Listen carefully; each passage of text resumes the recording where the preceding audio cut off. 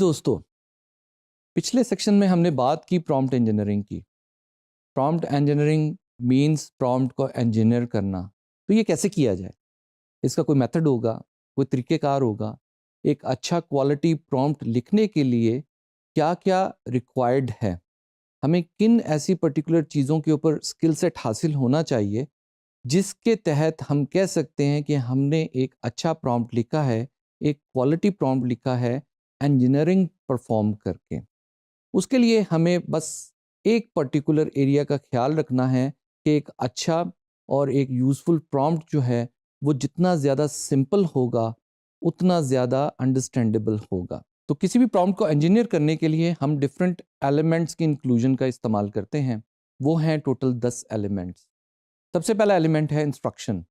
आपका actual question, Curie, जो भी आपका मकसद है, पर्पज़ है, एज अ रिक्वेस्ट या ऑर्डर, जो भी आप वहाँ पे एज अ क्वेश्चन पेश करना चाहते हैं, उसको इंस्ट्रक्शन कहते हैं। Element number 2, context. किस पेराहे में आप बात कर रहे हैं, किस कॉन्टेक्स्ट में आप बात कर रहे हैं। लाइक छुरी का इस्तेमाल एप्पल काटने के लिए भी हो सकता है, छुरी का इस्तेमाल कोई गला काटने के लिए भी हो सकता है।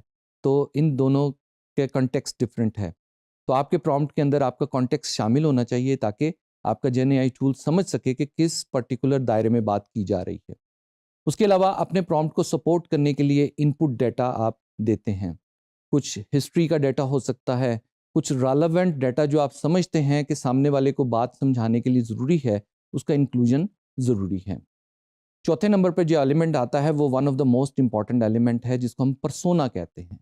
यानी कि आप अपने जेन एआई टूल को किसी एक एक्सपर्ट रोल के अंदर ढालते हैं, उसको ये एहसास दिलाते हैं कि वो उस पर्टिकुलर एरिया का एक्सपर्ट है।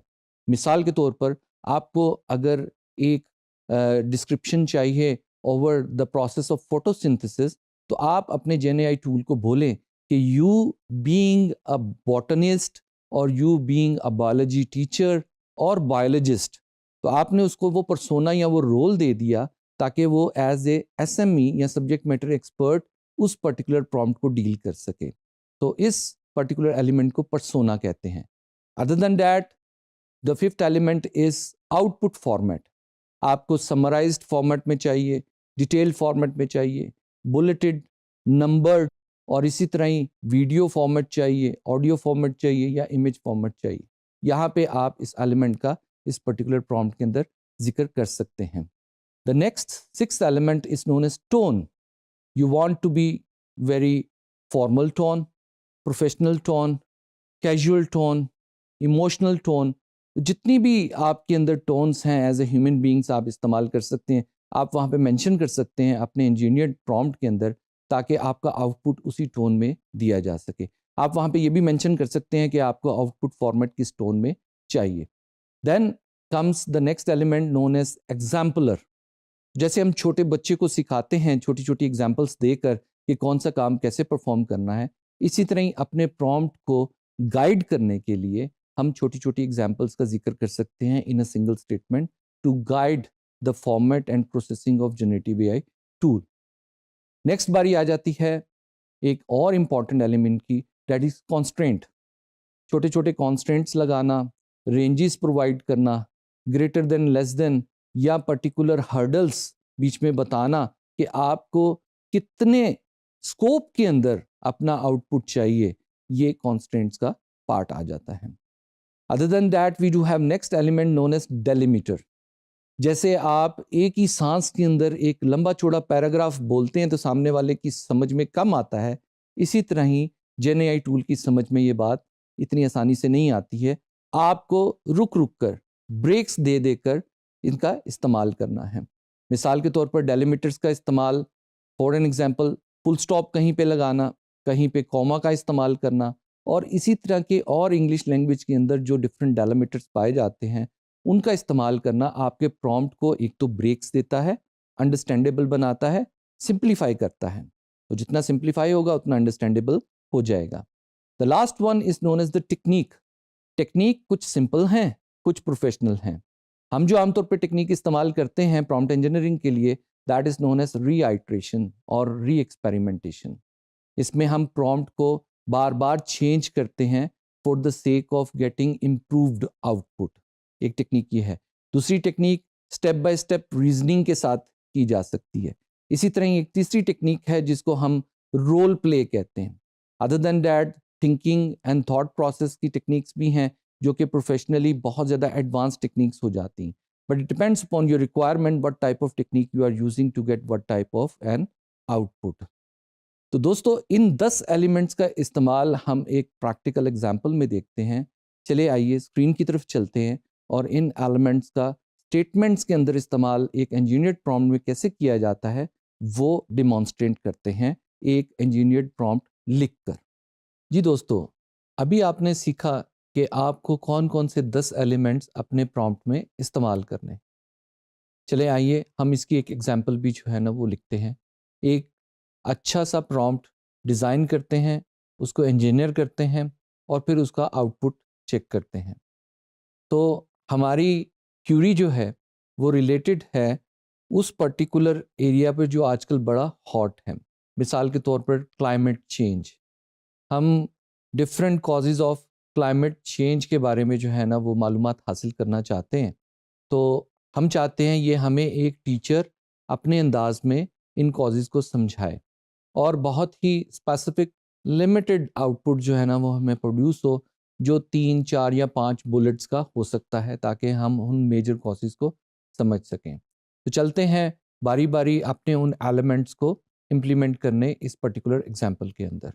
इन एलिमेंट्स की तरतीब एक चीज़ याद रखिएगा कि ज़रूरी नहीं है। आप किसी भी पर्टिकुलर एलिमेंट को किसी भी सीक्वेंस के तहत यूज़ कर सकते हैं, प्रोवाइडेड कि जो एलिमेंट पर्सोना का है कोशिश करें वो हमेशा सबसे पहले उसका जिक्र किया जाए। मिसाल के तौर पर मैं यहाँ पे टाइप कर रहा हूँ you are a friendly teacher. इस बात के लिए मैंने प्रॉम्प्ट के अंदर ही जनरेटिव एआई टूल को, चाहे आप कोई भी यूज़ कर रहे हो, मैं चैट जीपीटी में ये एग्जांपल पेस्ट करूँगा। अभी मैं माइक्रोसॉफ्ट वर्ड पे इसको टाइप कर रहा हूँ, तो चैट जीपीटी पे इसको पेस्ट करूँगा तो आउटपुट फिर हम हासिल करने की कोशिश करेंगे। मैं हमेशा कोशिश करता हूँ कि प्रॉम्प्ट को जो है ना किसी भी टेक्स्ट डॉक्यूमेंट के ऊपर टाइप करूँ, उसको वहीं पे अपनी समझ के मुताबिक, रिक्वायरमेंट के मुताबिक रिफाइन करूँ और फिर चैट जीपीटी में जाके कॉपी पेस्ट करके उसका आउटपुट हासिल करूँ। इससे ये होता है कि number of time of iterations जो हैं चूँकि नॉन लाइसेंस्ड वर्जन के अंदर लिमिटेड होती हैं, तो आप अपने प्रॉम्प्ट को वहाँ पे लिखने की बजाय किसी टेक्स्ट टूल में लिखें, उसको खुद अपनी समझ के मुताबिक रिफाइन करें, चेंज करें और फिर जाके उसके टोकन्स को इस्तेमाल करें। क्योंकि chat GPT token based tool है, वो आपके नंबर ऑफ टोकन्स के बाद एक्सपायर हो जाता है। तो एक ही टॉपिक के ऊपर जब आप उसके पास 10, 12, 13 सवालात करेंगे, उससे रिलेटेड रीआइट्रेशन करेंगे, तो वो आपको फिर कहेगा कि 24 घंटे के बाद आके आप सेम टॉपिक के ऊपर फिर बात करें। तो नॉन लाइसेंस वर्जन की एक लिमिटेशन ये भी है। तो better to write in a text based tool like Microsoft Word, जिस पे मैं जो है ना वो यूज़ कर रहा हूँ। अच्छा जी, अब हम यहाँ पे अपना प्रॉम्प्ट लिख रहे हैं जिसमें मैंने पर्सोना दे दिया you are a friendly teacher. अब मेरा जनरेटिव एआई टूल जो है वो एक फ्रेंडली टीचर बन गया है जो कि मुझे स्टूडेंट्स को समझाने के अंदाज में इसका आउटपुट समझाएगा। अब मैं आता हूँ अपने एग्जैक्ट इंस्ट्रक्शन की तरफ। Explain the causes of climate change in 3 short bullet points.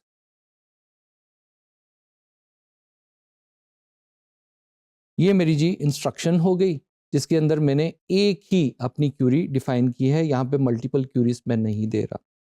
बारी आ जाती है नेक्स्ट पर्टिकुलर एलिमेंट को यूज करने की। Use greenhouse gases, deforestation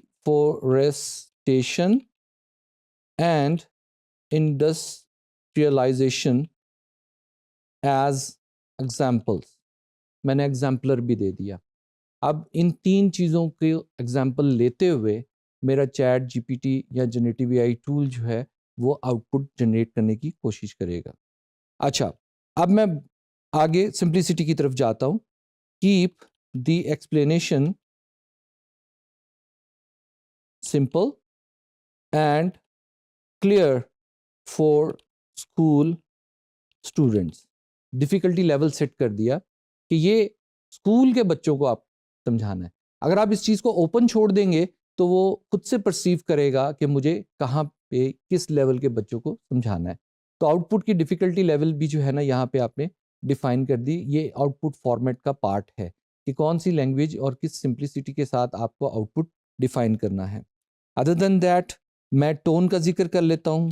make the tone easy and encouraging. उसके बाद हम फर्दर जो है ना इसको ले जाते हैं लाइक फॉर इंस्टेंस। अब ये वंस अगेन मैं एग्जाम्पलर पुट कर रहा हूँ कि टोन इजी तो करो और इनकरेजिंग भी करो, लेकिन उसको थोड़ा सा एग्जाम्पलीफाई कर देता हूँ। For instance, deforestation reduces trees that absorb carbon dioxide.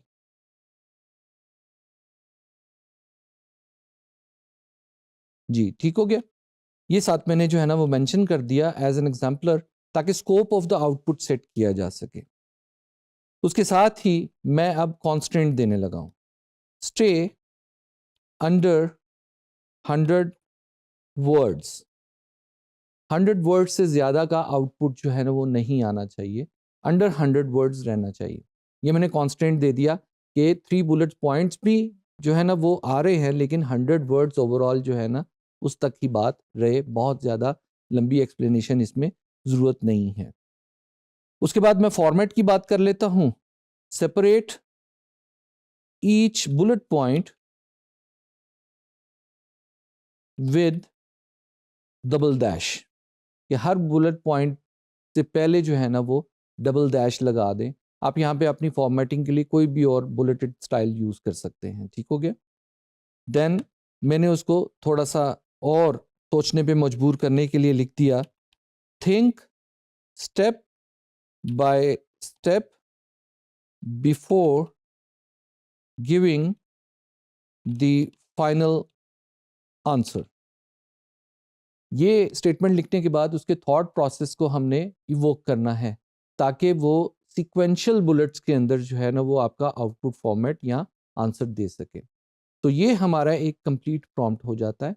इसको जो है वो हम कॉपी पेस्ट करते हैं चैट जीपीटी के अंदर और फिर उसका आउटपुट देखते हैं कि क्या आउटपुट आता है। तो let us copy paste this particular prompt. यहाँ पे हम इसको कॉपी करते हैं और चैट जीपीटी में जाके पेस्ट करते हैं। तो ये पूरा का पूरा प्रॉम्प्ट जो है चैट जीपीटी में पेस्ट हो गया। प्रेसिंग द प्रोसेस बटन और now it is thinking and processing it, और you can see it has given an output of 3 bulleted points। Double dashes का चूंकि बुलेट जो है वो फॉन्ट इसके पास शायद अवेलेबल ना हो तो उसने राउंडेड बुलेट्स में दे दिया है। लेकिन आप ये नोट करेंगे कि जो एग्जांपल्स हमने दी थी ग्रीन हाउस गैसेस के हवाले से, देन डिफॉरेस्टेशन के हवाले से, और फिर हमने उससे पूछा था इंडस्ट्रियलाइजेशन के हवाले से, इन कॉजेज़ को जो है ना वो एक्सप्लेन करें इन 3 बुलेट्स। तो ये आउटपुट हमें हासिल होता है। It is an accurate and verified output, और यही हमारा पर्पस था इस पर्टिकुलर आउटपुट को हासिल करने के लिए। जी ट्रेनीज, अब आपके सामने हमारा रिजल्ट जो है ना वो आ चुका है।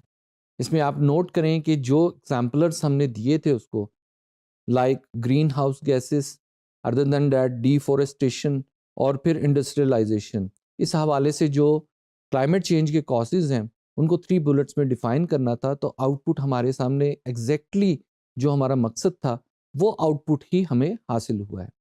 इसके बरक्स मैं कॉन्ट्राडिक्टरी अगर दूसरी तरफ जाता हूँ, यानी कि अगर आप गूगल सर्च इंजन या किसी और सर्च इंजन का इस्तेमाल करते हुए ये क्यूरी वहाँ पर देते और नॉर्मली जो है ना आउटपुट हासिल करने की कोशिश करते, तो आपके पास लंबी चौड़ी डॉक्यूमेंटेशन और इस तरह के क्लाइमेट चेंज के कॉजेज़ के ऊपर 100 पेजेस के डॉक्यूमेंट्स आ जाने थे।